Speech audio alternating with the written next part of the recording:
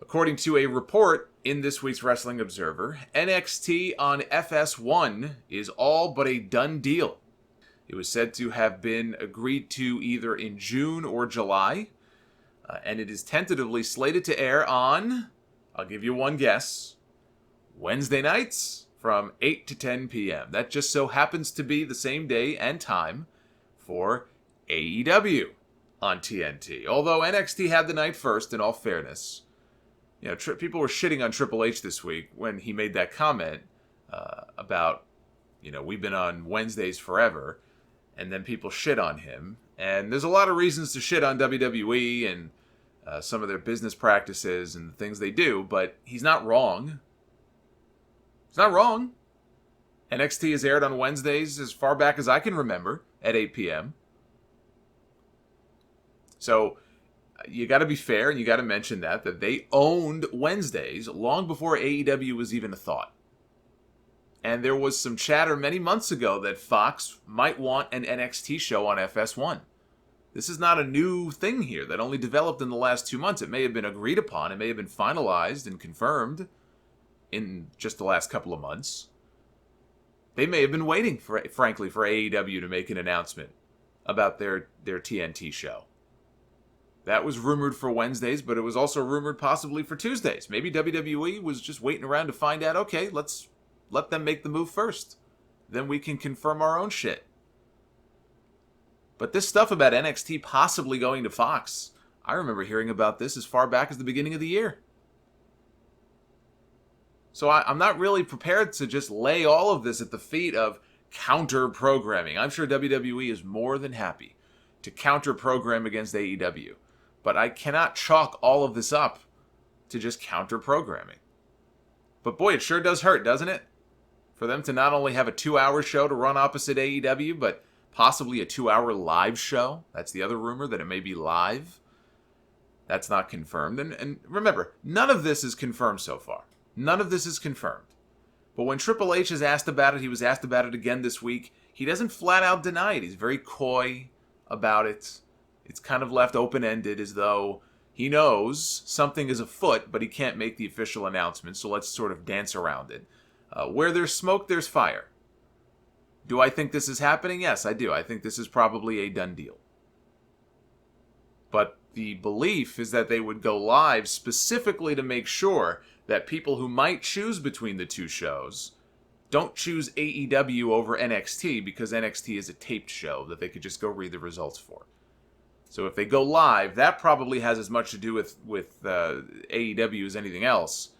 But apparently Fox has already started informing some of their affiliates of this. So if they're telling their affiliates about their plans, that means word is leaking out. That means it's a done deal. I'm not sure why the affiliates would have to know about a show on FS1. You know, SmackDown I can understand because it's on the main Fox channel. And for a lot of them, it'll be their new lead-in into their 10 o'clock newscast. You know, the Fox station here in New York has had a 10 p.m. newscast as far back as I can remember.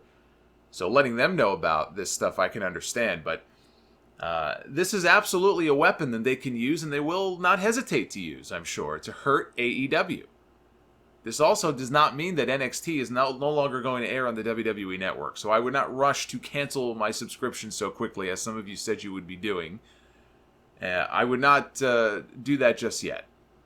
This could just mean that there's going to be a brand new live 2-hour version of NXT on television, and they will maintain their 1-hour taped show to air on the network. Maybe the FS1 show becomes the main show, and you know the B show is the one that airs on the network. We'll just have to wait and see how all of this plays out. But where they can also compete against AEW is by rotating main roster talent onto this new NXT, this new expanded version of NXT, whenever they feel they need them. If AEW is going to promote a big match for a big show on a given Wednesday night, and NXT is live, right, they're not taping 3 weeks in advance, they're in prime position to say, you know what, I think this would be a good week to book Daniel Bryan against Johnny Gargano in the main event on NXT. Or, hey, let's bring AJ Styles and the OC to confront the Undisputed Era. They can do whatever they want. They have access to all the talent at their disposal. Now, the idea of Daniel Bryan wrestling a few matches in NXT, Or AJ Styles coming in with the OC and facing off with the Undisputed Era in a War Games match. That does sound pretty appealing. But where I get concerned when I hear, and there's a lot of reasons for me to be concerned about this, is the idea of NXT airing on a Fox station. How does Vince McMahon not involve himself in some way? As far as we know, he has no involvement whatsoever at the present time with the NXT shows, the tapings, the takeovers. He may be at the takeovers, but he has no real hands-on role. He has no real creative influence, unless he wanted to. I mean, I guess if he wanted creative influence, it's his company. He can do what he wants. But as far as we know, it's Triple H's show. And Vince McMahon has been very hands-off with NXT. And it is no wonder that NXT is one of my favorite shows every week, that the takeover shows are consistently as good as they are. They have a formula that works. They have a certain number of matches they usually stick to. They let those guys go out and do what they do best, and they don't fuck with it. And it works. And that's why so many people love NXT. It is specifically because Vince McMahon does not influence those shows. Because if he did, he would influence them to resemble Raw and SmackDown more than they do now. And that is the absolute worst thing that you could do to NXT if you are an NXT fan. Maybe they don't give a shit as much as they want to expand the fan base for NXT, and they feel that, the mainstream audience isn't going to care as much about that, and this is the natural evolution of NXT. But as an NXT watcher, as a viewer, as a fan, it concerns me a lot. Because how do you go on a cable station or a Fox station and Vince McMahon is going to just, hey, hands off? I find that very hard to believe, that he would be able to do that. He'd be able to stay away. Will Triple H be able to maintain that same autonomy that he seemingly has now? I don't know the answer to that question, but the fact that I don't know the answer to that question is very concerning. And what if they do end up in a bit of a war with AEW, where they are going back and forth, and they are counter-programming big matches against each other? You think Vince is going to be able to sit on the sidelines and watch that unfold and not want to have some kind of involvement? We've never heard any stories of Vince McMahon ripping up an NXT script before the show goes on the air. That's a good thing.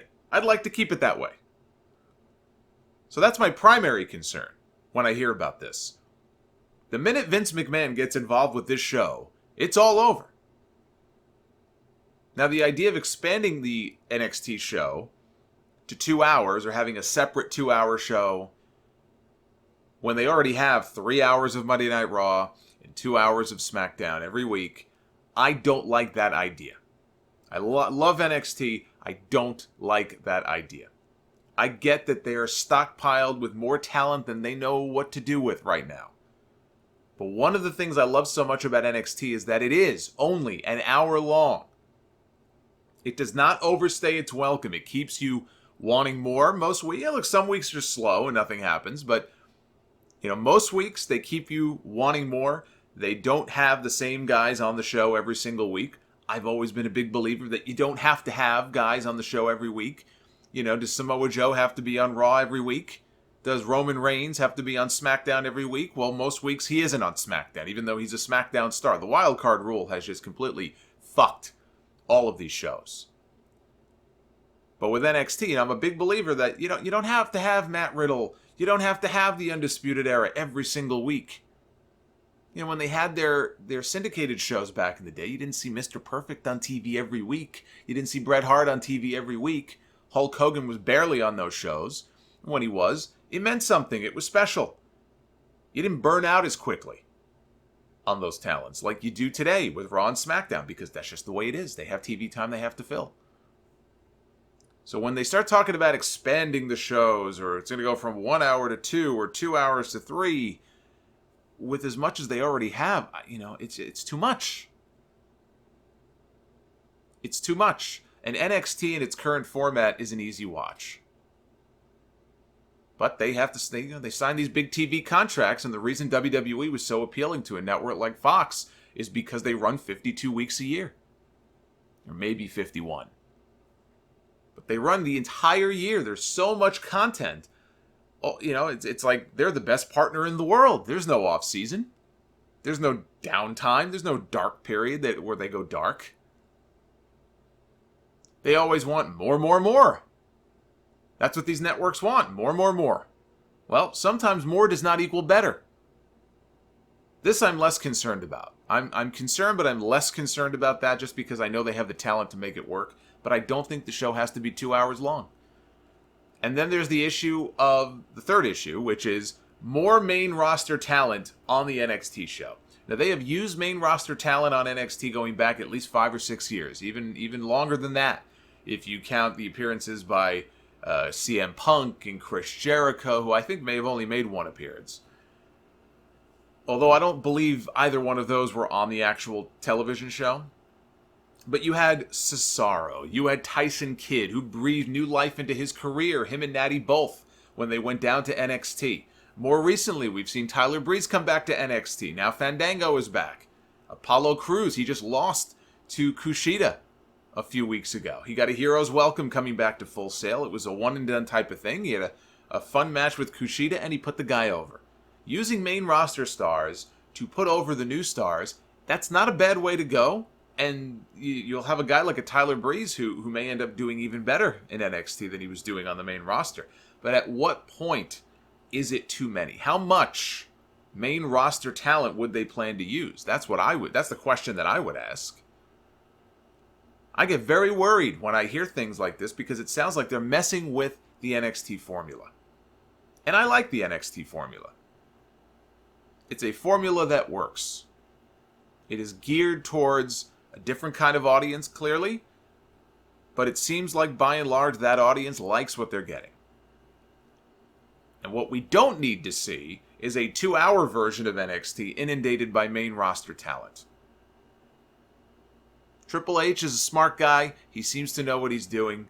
NXT is his baby. I think he knows that he has created something unique down there with its own brand identity.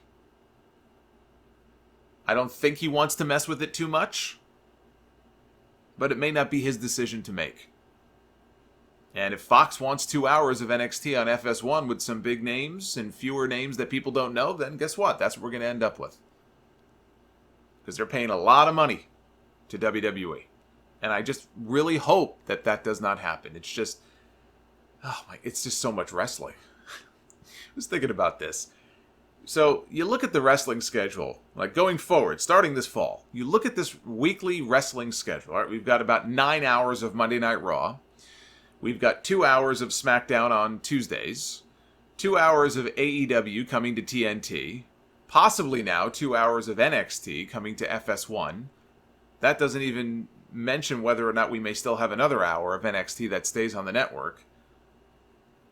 It's no wonder I can't find any time to watch MLW with any kind of consistency. That's another good one, MLW Fusion, which I think now is on Saturday nights. The NWA is starting up its own television show in October, which I'll talk about later. And that's to say nothing of Impact Wrestling. I don't even know what network it's on these days. I guess it's still on Pursuit. But you've got Impact Wrestling and you've got Ring of Honor. And don't forget, NXT UK on the network. And likely coming soon to the premium tier of the WWE Network, you've got Evolve, Progress, and ICW. Even if you wanted to, I don't think there are enough hours in the day, including sleep, to get through all of it. So you got to pick and choose what you think is most important. And that would be a great question to pose to all of you. Starting this fall, what is your weekly wrestling rotation going to look like when it comes to television? I would love to know what you guys are planning on watching. Are you going to try to fit all of it in?